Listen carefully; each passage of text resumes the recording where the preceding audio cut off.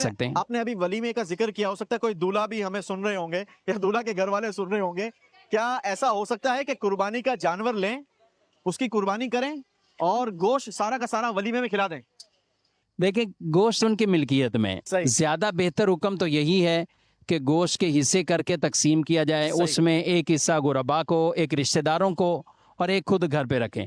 लेकिन अगर सारा का सारा भी घर रखते हैं या सारा दावत में खिला देते हैं यूं, या शादी में भी इस्तेमाल कर लेते हैं, तो शरन तो इसमें कोई मुजायका नहीं है। सही है। अलबत्ता रिश्तेदार छोड़े ना छोड़े कि भाई हमें कुर्बानी का ही खिला दिया रिश्तेदारों ने तुमने। वैसे कौन सा छोड़ना है, वो जितना भी भेज दें वो कहेंगे कि अच्छा ये छिचड़े ही भेजे हैं या इसने हड्डियां ही हमें भेज दी हैं। हाँ, ये तो टॉपिक चलता रहता है कुर्बानी में, ये खास टॉपिक ऐसे रिश्तेदारों को है। क्या कहेंगे? ऐसे रिश्तेदारों को ये कि शुक्र अदा करें कि उन्होंने आपको याद तो रखा अच्छा। और आपको भेजा तो है। सही। तो बज़ाहिर असल में छिचड़े होते नहीं है। सही। होता ये है कि कुर्बानी में कसाब हजरात ये भी बड़ी तेजी में होते हैं। सही है। और उनके घर में भी एक अच्छा खासा गोश्त होता है। अच्छा, और जब तकसीम भी हैवी जानवर करना लेते हैं है ना मुफ्ती साहब, जी। तो उसमें से वो गोश्त जो हम आम बाजारों से खरीद के लाते हैं उस क्वालिटी का गोश्त नहीं निकलता, क्योंकि वो फरबा जानवर होता है तो उसके अंदर चर्बी और ये मामला जरा हाँ, इन ज्यादा होता है। जानवरों में ज्यादा होता है, लेकिन